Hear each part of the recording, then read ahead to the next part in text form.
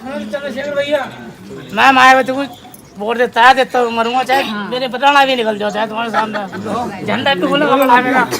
मैं किसी के ऊपर नहीं हूँ, मैं मायावती को जानूंगा, तुम जानू बस। मुझे एक बात बता, मैं खरीद रहूंगा और खरीद रहूंगा, आपने क्या ली? पक्का वाला अच्छा मारूंगा। ए रुक जाओ, आपने क्या ली अपनी बात? मैंने आपको किसी बात के लिए मजबूर किया? नहीं गया जी। आप मुझे बताओ, जो आपका 24 घंटे काम करेगा उसका कोई अधिकार बैठता नहीं बैठता? जो आपके जीने मरने में हर चीज में खड़ा है। एक आदमी वो है जो आपकी तरफ पलट के भी देखना चाहता, जो पिछले 5 साल में वोट लेके आपकी बस्ती में भी नहीं आया, इसने भी नहीं पूछा आपके घर में रोटी है नहीं है। वो आपकी मर्जी है, लोकतंत्र में सब वो है, सब लोकतंत्र में सबको अपने अधिकार है। कोई किसी के भी साथ रहे, चंद्रशेखर आजाद आपके सबके साथ खड़ा है, ये बात आप याद रखना मेरी। जब भी आपकी तरफ कोई मुसीबत आएगी या आपके हक अधिकार की बात है, चंद्रशेखर आपको खड़ा मिलेगा, ठीक है नहीं? मैं इस बात से बिल्कुल वो नहीं हूँ, जो जिसके साथ है उसको रहना चाहिए, मगर आदमी जिसके साथ भी रहा कुछ सोच समझ के तो रहता है। मैं आपसे भी एक बात कहूँगा, ये दारू आपको नुकसान देगी, आप इस दारू को छोड़ दो। यही कहूँगा भाई, आप अपनी शराब को कम करो, बाकी आप लोकतंत्र में बिल्कुल स्वतंत्र हो, किसी के साथ चले जाओ। अपने काम की दिशा ही खराब कर दी, हमें जाना इधर को था और हम चल इधर को दिए। सच ये है, पंजाब में तो कोई सतगुरु जी के जैसा व्यक्ति भी, जैसे हमने बना दिया ना दाढ़ी मूंछ लगा के, ऐसा भी नहीं बना सकते कोई, क्योंकि उनका मानना ये है कि हमारे गुरु जैसा कोई भी नहीं हो सकता। वो तो ऐतराज करते हैं सख्त, वो नहीं मना देते। जैसे हमने बना दिया ना सतगुरु रविदास जैसा किसी बच्चे को बना के बिठा दिया, वो तो इस पर सख्त ऐतराज करते हैं। वो कहते हैं आप ये तो इसमें क्या बचा कि उसके पैर छू के आप सोचो सतगुरु जी के पैर छू रहे हो। सतगुरु जी थे, कोई कल का आदमी कोई ऐसे मुंह दाढ़ी लगा ले सतगुरु जी थोड़े बन जाएगा, ठीक है? अब हमारे लोग भी बेचारे सोचते हैं कि भाई हमारी गरीबी बेबसी और माथा टेक के और पैर छू के, और वही बच्चा जो कल आपकी गली में घूम रहा था उसी के दाढ़ी मूंछ लगा दी, तो आप भी उसके पैर छू के बस ऐसे कर लेते हैं। उसी को रविदास मान ले। ये कितनी बड़ी मूर्खता है। थोड़ी देर में फिर कपड़े कुपड़े से उतार देगा, फिर वही बच्चा हो जाएगा। तो ऐसे थोड़ा ही, तो गुरु जी का भी अपमान हो रहा है। गुरु तो गुरु होता है, गुरु का दर्जा तो माँ बाप से बड़ा होता है। सही बात। जैसे कि अपनी माँ की जगह कोई और माँ बिठा के नहीं बनाई जाती, उसी तरह से गुरु के बिना गुरु तो बहुत बड़ा दर्जा होता है। तो ये जो है ना, ये आप लोग गलत कर रहे हो, मैं इससे सहमत नहीं हूँ जो आज आप कर रहे हो कि शराब पी के। देखो, मेरा अगर आपका कोई वैसा चुनावी रिश्ता होता तो मैं आपको कुछ नहीं कहता, लेकिन मेरा आपका खून का भी रिश्ता है। आपको जब आपके घरों के हाल देखता हूँ तो मुझे बड़ी तकलीफ होती है, ठीक है? तो मैं सोचता हूँ कि यार हमारे लोग क्यों नहीं बदल पा रहे। फिर मुझे लगता है हमारे लोगों को समझाया नहीं जा रहा। राशन दे रहा, सारा चीज कर रहा, फलाना कर रहा, ये कर रहा, इस चीज से बाहर ही नहीं सोच रहे। देखो मैं बताता हूँ, अभी आने वाले टाइम में आरक्षण सारा खत्म हो जाएगा। भैया भाई तो ना सोच रही, जिन्हें ज्ञान नहीं है। चंद्रशेखर भैया के नेट पर बुलाव से वो कितने विचार बता रहे भैया। देखो मेरी एक बात सुनो, एक छोटी सी बात बताऊंगा मैं, आप तुम्हें काम आएगी। जिस दिन अगर आने वाले टाइम में भाजपा की सरकार होगी ना भैया जी, आरक्षण भी हमसे छीन लिया जाएगा नौकरी के टाइम में। जो बीमार ने लिखा था और जो हमारे गुरुजी लिख के थे, बाबा साहब लिख कर चले गए थे। अब आप 5 मिनट सब लोग चुप हो जाओ। कितने की आई? मगर फिर भी रोक दिया जाएगा ऐसा भैया। कितने की आई थी? 20 रुपए दर्जन। ठीक है, ये कितने की आई? 110 की। ठीक है, ये कितने का आया? 50 रुपए। ठीक है, ये कितने का आया हुआ कप? पूरा सेट होगा 100 रुपए का। एक प्यारी सी गुड़िया थी जिसने हमारे एक नाम 10। ये देखिए इधर जल्दी निकल के। कोई हमारे लिए एक कदम चले, हम तो अपने खून का कतरा उसमें बहा दे। इसने तो इतनी बहादुरी दिखाई आज। मैंने इसे कहा कि इलाज के पैसे दे, तो एकदम इसने 10 का नोट निकाल के दे दिया। यहाँ मेरे पास भैया जी को गुल्लक फोड़ का पैसे दिए हैं। मानवी, अच्छा साक्षी वो है। तो देखो, अब मैं आपको ही बता रहा था, ये आई 20 रुपए की या 110 रुपए की। इसकी एक्चुअल कीमत जो है वो 20 रुपए नहीं है। 20 रुपए कीमत जब बनी उससे पहले इस पर 28% टैक्स लगा है। इधर देखो, तुमसे कह रहे हैं, हाथ आगे करो, छोटी बहन हो ना। ये 12 चूड़ियाँ जो हैं 20 रुपए की कीमत जब इनकी बैठी, तो 20 रुपए इसकी एक्चुअल कीमत नहीं है। उससे पहले इसका पूरी जो खर्च वर्च मिला के जो बनी है मार्केट में, जो लाभ लेके भी आई है वो ऐसी आई है 16 रुपए के लगभग। ठीक है, इस पे 4 रुपए का टैक्स लगा है, वो 4 रुपए सरकार खाते में गए। ये जो आपने खरीदी 110 रुपए की, तो 110 में लगभग 30 रुपए करीब का टैक्स सरकार के खाते में गया। इसकी जो सही कीमत है वो 70 रुपए के आसपास है। ठीक है, आपने जो बिंदी खरीदी, आपने जो कप खरीदा, आपने जो 50 रुपए खरीदी ना, तो इसमें से 14 रुपए सरकार के खाते में गए 28% टैक्स के हिसाब से। तो आप जो टैक्स देते हो हर सामान पे, चाहे आप दूध खरीदते हो, चाय पत्ती खरीदते हो, साबुन खरीदते हो, बीड़ी सिगरेट खरीदते हो, चप्पल जूते खरीदते हो, हर चीज़ में टैक्स लगता है। वो टैक्स गवर्नमेंट के खाते में जाता है, उसी पैसे को सरकार जनता के ऊपर लगाती है। ठीक है, हर पैदा होते बच्चे के लिए दवाई आती है, वो बोतल आती है, उनमें सब में टैक्स लगा हुआ है। ठीक है, तो आप ही का पैसा सरकार के खाते में थोड़ा थोड़ा जाके जमा होता है टैक्स के रूप में। ठीक है, एक परिवार अगर मिनिमम 5,000 रुपये महीने में खर्च करता है तो लगभग 1400 रुपये का टैक्स सरकार के खाते में जाता है। अब सरकार उन 1400 रुपये को लेके और आपको 500 रुपये का राशन दे देती है। ठीक है, और 900 रुपये अपनी जेब में रख लेती है, और आपको लगता है कि आपको राशन मोदी दे रहा है। ठीक है, आपको लगता है कि राशन मोदी दे रहा है, आपको ये नहीं पता कि आपका जो 1400 रुपये लिया उसमें से 500 रुपये का भी राशन नहीं दिया, 900 रुपये मोदी ने अपनी जेब में रख लिया।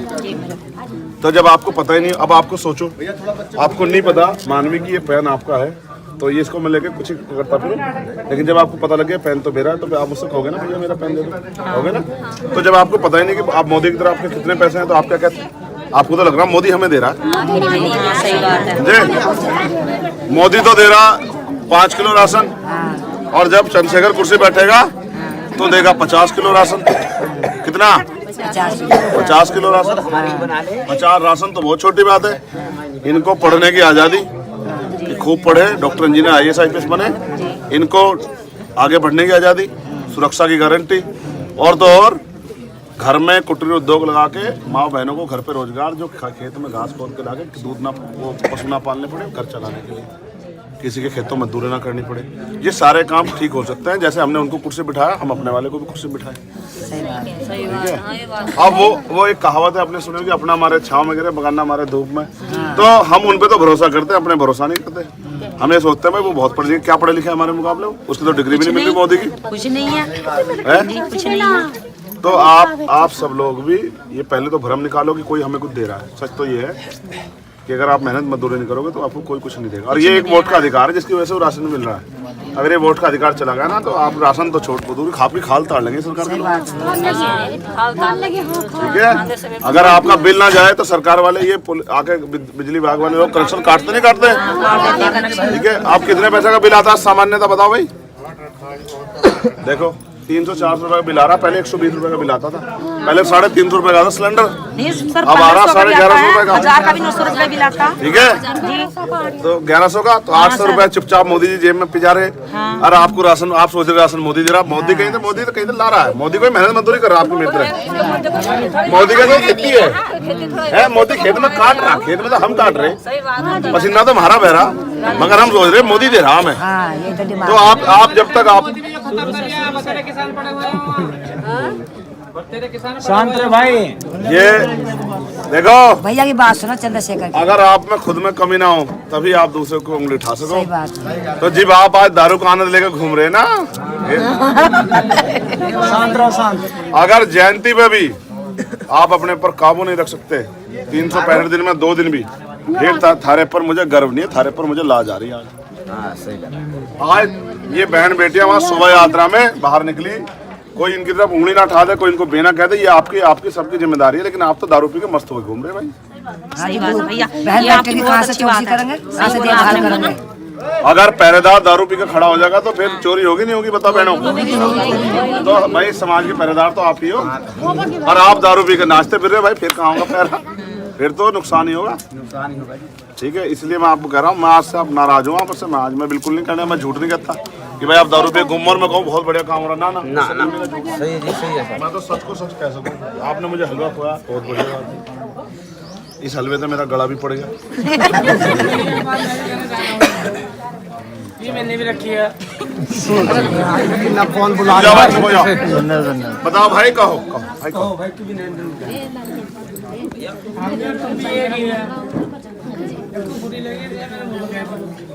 बताओ भाई। उधर तो बताइए उसका क्या होगा। कौन सा जा रहा उधर बता, उसका नाम बता, कौन सा उधर जा रहा है उसे भी सहमत कर लेंगे हम। तुम्हें नाम बता दे, उसे भी सहमत कर लेंगे। उधर क्यों जाएंगे, उनके भी हाथ जोड़ लेंगे हम। बता, एक का नाम बता दे, ये जा रहा उधर, उसके भी आज पैर पकड़ेंगे भाई। बता तो तुम्हारा आदमी। सामने तो कोई नहीं आने का, वो बात ये सही कह रहे हैं, सामने कोई नहीं कहने का तुम्हारे, लेकिन आप पे जाने के बाद में ना फिर वो राशन देने शुरू कर देंगे, के चक्कर में घूम जाएंगे। हम किसके फिर मेरी बात समझो। मेरी बात सुनो चंद्रशेखर भैया, मैं मायावती को वोट देता है, देता मरूंगा, चाहे मेरे पटाना भी निकल जाओ, चाहे तुम्हारे सामने झंडा भी बोलो मेरा। मैं किसी के ऊपर नहीं हूँ, मैं मायावती को जानूंगा, तुम्हें जानूंगा। मुझे एक बात बता, मैं खड़ी रहूंगा और खड़ी रहूंगा। आपने कह ली पक्का वाला मारूंगा। ए रुक जाओ, हाथ मत पकड़ो उसका। आपने कह ली अपनी बात, मैंने आपको किसी बात के लिए मजबूर किया नहीं गया जी। आप मुझे बताओ, जो आपका 24 घंटे काम करेगा उसका कोई अधिकार बैठता नहीं बैठता, जो आपके जीने मरने में हर चीज में खड़ा है। एक आदमी वो है जो आपकी तरफ पलट के भी देखना चाहता, जो पिछले 5 साल में वोट लेके आपकी बस्ती में भी नहीं आया, इसने भी नहीं पूछा आपके घर में रोटी है नहीं है। वो आपकी मर्जी है, लोकतंत्र में सब वो है, सब लोकतंत्र में सबको अपने अधिकार है, ठीक है। एक आदमी वो है जो आपके लिए कुछ करना चाहता है, ये तो फैसला आपको करना कि आपको किसके साथ रहना। मैं किसी का हाथ पकड़ लूंगा, हाँ सही बात है। लेकिन कोई किसी के भी साथ रहे, चंद्रशेखर आजाद आपके सबके साथ खड़ा है, ये बात आप याद रखना मेरी। जब भी आपकी तरफ कोई मुसीबत आएगी या आपके हक अधिकार की बात है, चंद्रशेखर आपको खड़ा मिलेगा, ठीक है। नहीं, मैं इस बात से बिल्कुल वो नहीं हूँ, जो जिसके साथ है उसको रहना चाहिए, मगर आदमी जिसके साथ भी रहा कुछ सोच समझ के तो रहता है। हाँ सही बात है। भाई आपने पिछली बार यहाँ से बसपा का MP जिताया गिरीश चंद जी को वोट देके, आप सब लोगों ने दिया। नहीं सर, हमने आपको वोट दिया था। नहीं, मैंने यहाँ लड़ा था। जब पहले बार आप लड़े, आप सबसे पूछो भाई, मैंने था ना, नहीं थे आपने गिरीश चंद जी को वोट दिया ना, वो जीते ना। अब आप बताओ, जीत के आपके गांव में एक बार भी आ गए, ईमानदार से बताओ। ठीक है फिर ठीक है चंद्रशेखर भैया, हमारी विधानसभा लगती है नेटवर्क क्षेत्र, गलत MP की बात होस्ट कर रहे हैं। विधानसभा लगती है हमारी, नेटवर्क क्षेत्र में लगती है।